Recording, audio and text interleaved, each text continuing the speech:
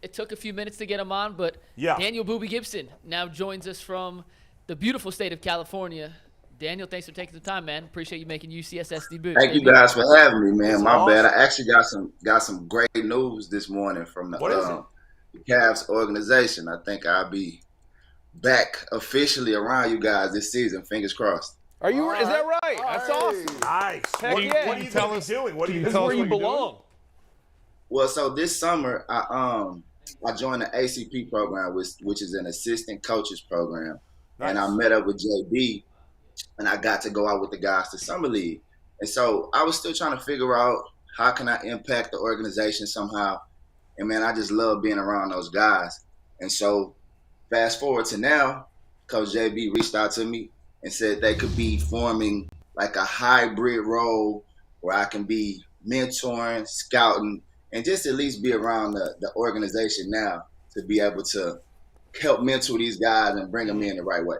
That's awesome. You know, we were talking with Anthony Gonzalez, former NFL player, earlier, and I asked him, like, when camps, and so I want to ask you the same thing. Like, you talked about wanting to be around the guys and mentor and stuff. Do you, when it's time for training camp to start, and we're not that far away from it, it seems to be getting earlier and earlier every year. Do you start to get that feeling in your stomach, like, oh, I got to get ready to start playing and stuff? Do you still think about playing and you know, all those years of playing, whether it's high school, college, whatever, and do you still get that feeling when you know it's time to get ready, or no, is that done?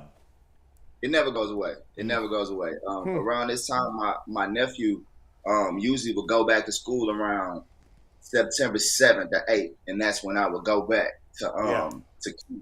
And so that still happens like around this time because I watch basketball so much, and I'm still so invested in the college game and my AAU team. So I'm still connected to the game, but it's just a special place for me when it comes to Cleveland, man. And so I'm just excited about the potential opportunity just to be able to still impact an organization that I feel like that did so much for me as a young kid growing up. I mean, basically, I feel like I grew up with you guys out there. I was 19 when I arrived, and it was love from the moment I got there. So I'm just trying to find ways to pay that back and get that love back.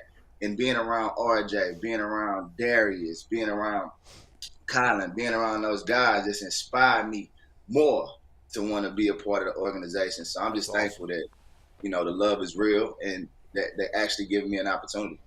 That's great. Danny, I'm glad you're coming back. That's great news for Cleveland. Did they tell you, I don't know how it works, would you be doing any stuff with the Cleveland Charge at all? We have that team. Is that kind of where you might get your beak wet?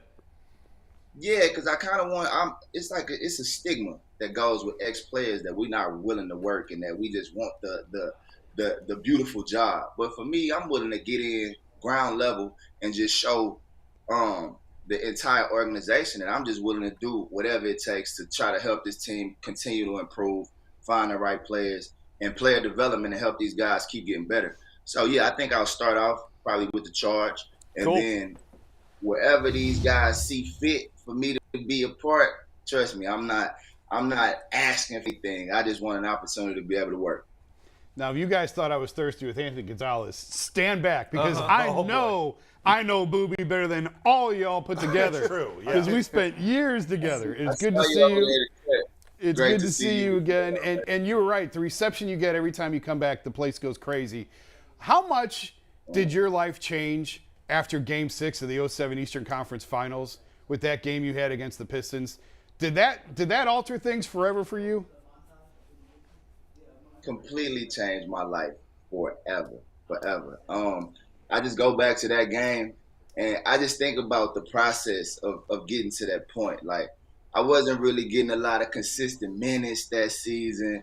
Wasn't really I didn't know when I would get in the game. I actually, before Game 6, upstairs had played like a whole scrimmage before the game even started, just because minutes, you just never know how many minutes you were gonna get. But I tell everybody that story. Before the game, LeBron came up to me, and that was right after he had that 29 straight performance in Game 5. He came up to me and was like, "Hey, be ready to shoot." And after that, I'm out. Obviously, I was ready to shoot that night. And then Coach Brown goes on after the thing and says, "If you want to, you better watch out because it's Booby for 3." And after that, life changed. But for me, it's just been perfect because I just feel like I kind of embody that Cleveland culture, that kid that is the underdog that has to work for everything he gets. But with work over time, you eventually reach that goal. So I just hope that I inspired a few kids out there to continue to work for their dreams. And I'm just thankful every time I come home. I come home and I get the reception I do. I'm humbled every single time. You mentioned LeBron. I'm curious. So much was made, obviously, when he left the first time, and that game when he came back. And I mean, I was there asking you all the questions. What's your relationship like with Leonard? You ever talk to him? So, what's your relationship with him now? What's it like now? Do you guys talk at all, or where does things stand? Because there were some hard feelings there for a while. Were there not, or no? Yeah, that's still my big brother. But I mean, I think he knows that it hurt in the moment because I mean, we wasn't able to even get another player at that time that was even close to his caliber because it was kind of late in the process when he made the move. And so, yeah, we were hurt, but like any relationship with brothers, you go through it. And even in that game, if you watch that game, we had some moments where I think I made a shot and I like stared him down, and then I think that might have set him off to go. Yeah, you tripped. So it's your fault. Yeah, thanks That's for that. all your fault. Appreciate it. You tripped, dog. That's all right. Come on, you tripped, dog. That might be why he went on to get like 40 or 50 that night. But, Yeah, but that means you helped us get Kyrie and Tristan too, in a way, because so thank you for that. Yeah. Man, I've been a part of it all. Like I won 67 games, I won 20 games, but the love from the fans because of the effort and every time that I stepped on the floor, leaving it out there on the floor, the love never changed. And so that's kind of why I'm excited that now, from that moment, now I have an opportunity to come back around and then just let the new guys coming in know just how special it is to be a part of Cleveland culture if you approach it the right way and play the game the right way. I think it's important, you know what I mean, for guys to come in and understand like Cleveland is a great place to be if you come in with the right mindset. Man, but let's get to it, man. They talk about all this basketball stuff. I ain't even trying to get on that. Now look, I feel like Tristan Thompson owe you a little. He owe you at least 10-15%. Let me tell you why. You was the first role dude that I've ever seen get hot where in the streets you was the dude. Like you hit a bunch of threes and it was just like, oh man, I seen him on the blow. I said, he on media takeout. That's what hey, Booby on fire out here in these streets. I'm not taking no credit for that part. That thing is kind of sailed a whole different way. But now I do feel like I'm one of the pioneers for guys understanding that your NBA career is only about 10 to 15 years, maybe, if you look. I got 7 to 8, but you still have to plant your feet in other areas. Hopefully not in some of the places that I did because there can be a little drama involved. But overall, I think that you got to plant your feet in different areas and have different outlets and different ways of sources of income. You know what I mean? Because every year of us is like dog years when it comes to us as grown men and figuring out life. You know, it goes by so fast. I just feel like, you know, I kind of set a precedent of being able to maneuver. Once you're done, it don't stop there. You're still able to continue to shine and use your stardom to make you more money. Now what? So you were definitely an artist for a while. You know, a couple of years ago, I think you was on Love and Hip Hop, and then you came and you were an artist. You actually can spit. Like you actually got bars. You actually do great music. What made you transition from the music to basketball again? Was that just the passion in you? The game is just in you so much that you just like you had to go back to what you love, like you said. Yeah, see, the tricky part about it, man, and I kind of went through that when I started playing, is everybody assumed that just because I was doing Love and Hip Hop or because I was showcasing my relationship on BET or whatever, that somehow that meant my love for the game stopped, right? It meant like somehow I couldn't do both. I couldn't still be watching basketball every single day, working out every single day, and doing this. So it just became like a thing where they thought that I was unfocused or that I didn't care about the game, but the love never left for a second. I was born with the love with this love for basketball, and so I just basically just found my way back home. I still have my AAU teams that I work out every summer, and after the pandemic, I think that's what did it. My mom got really sick with COVID, and I had to go home. And when I went home, I was just like, you know what? I have to find a way to be here more, to be around my family more, but I still feel like I'm just missing that connection to the game. And it happened right after the pandemic, and that's when I joined the ACP program, which is a program for former players that kind of puts you in those positions to kind of find out exactly what it is you want to do moving forward with the game. And so I was able to do some scouting, I was able to do some player development stuff, and that kind of like ignited that fire. And then I had a couple offers from the Kings with that when Mike Brown got the job with those guys. I had Jamal Mosley from the Magic reach out to me. But man, I always wanted the Cavs to have seniority when it comes to me making that decision, because I just feel like the love there is undeniable. And if I'm going to work for any team and put this to the test, I want it to be back home, back here. So yeah, make sure it's basically done, but anybody watching this, let's put that hashtag I'll bring Booby back, and I think that'll seal it. He marketing. Look, I like that. So yeah, man, bring Booby back, man. So Booby, I got two for you then. This ACP program that you're talking about, I'm actually not very familiar with it. Have there been other former players gone through that are now on benches in the league? And then secondly, did you have a connection previously with JB? I mean, we can connect the dots. Obviously, you played for Mike. Mike's top assistant was Bernie, JB's dad. So was that, are we connecting the dots there, or did you have a relationship with JB outside of that?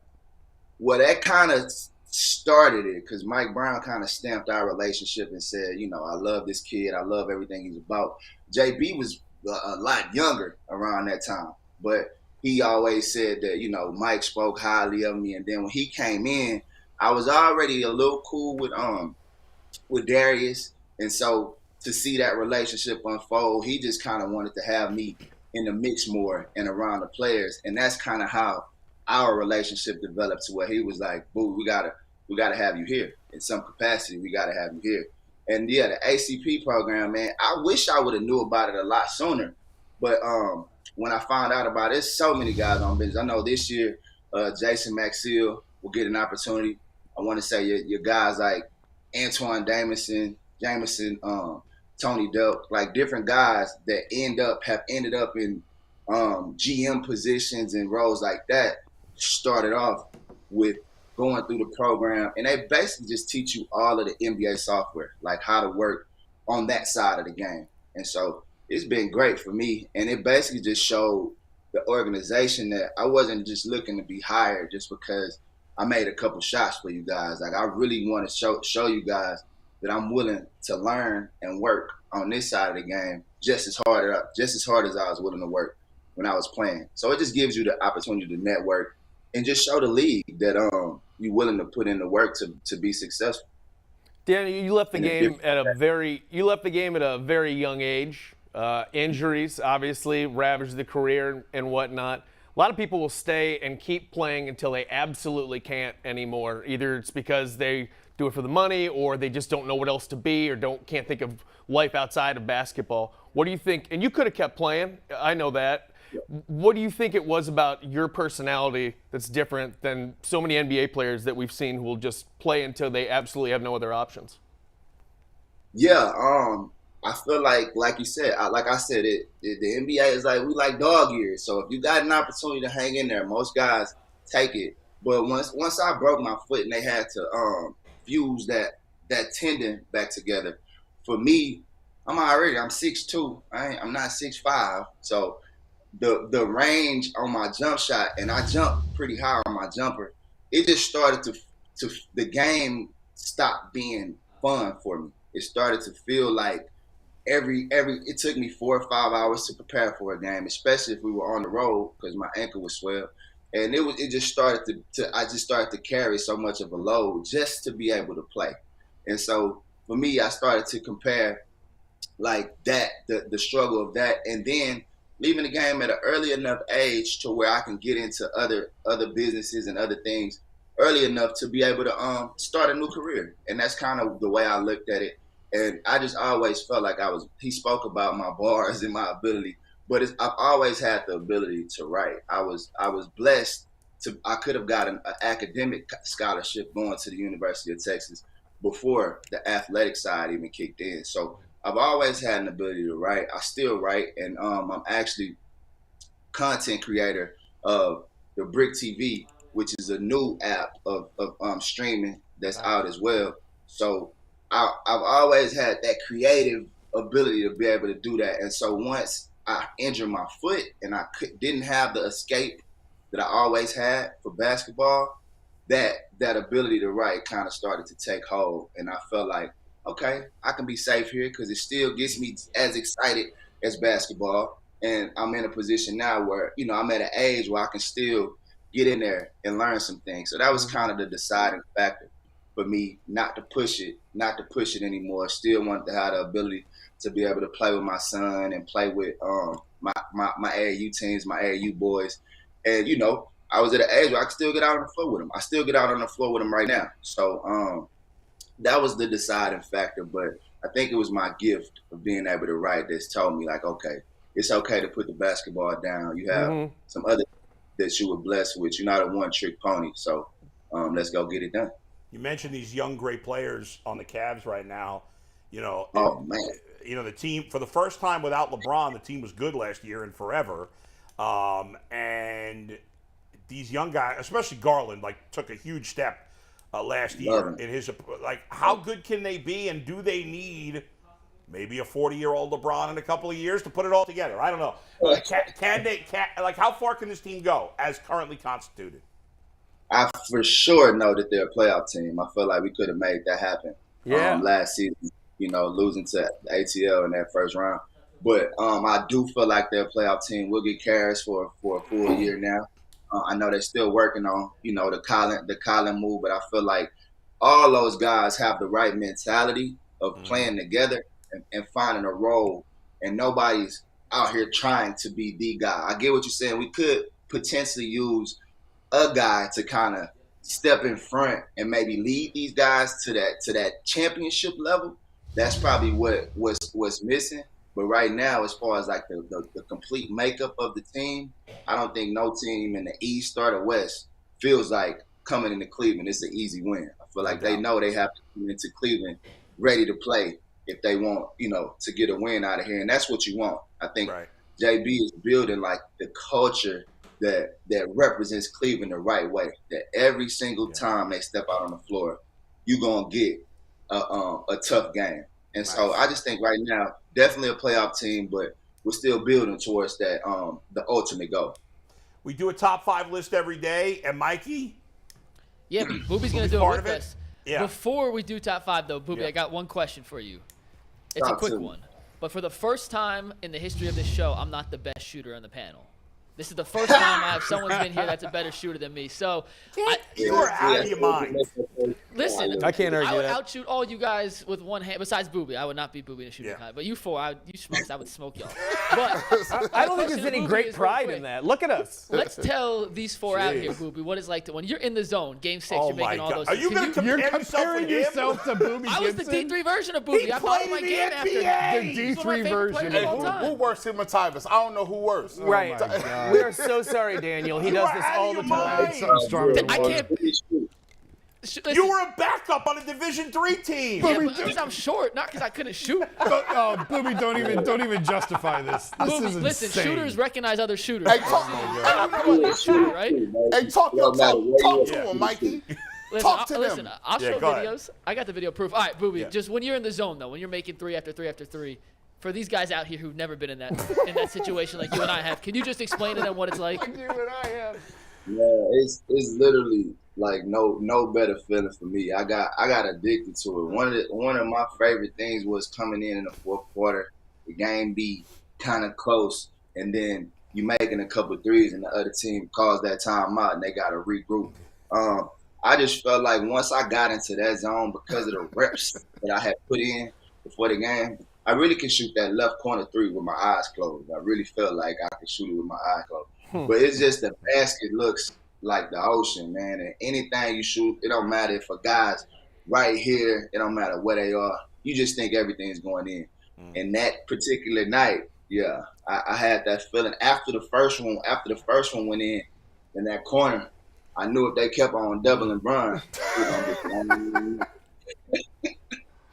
He's embarrassed for the question. I'm embarrassed, Booby. I'm embarrassed for you that you have to acknowledge this nonsense. Yeah, don't He's pretend. talking about his own Well, shit. no, but McNuggets is like Oberlin College backup comparing himself to a NBA star. Man. Shoot. all for the shooters, man. It don't matter where you shooting that thing at, whether you're D3.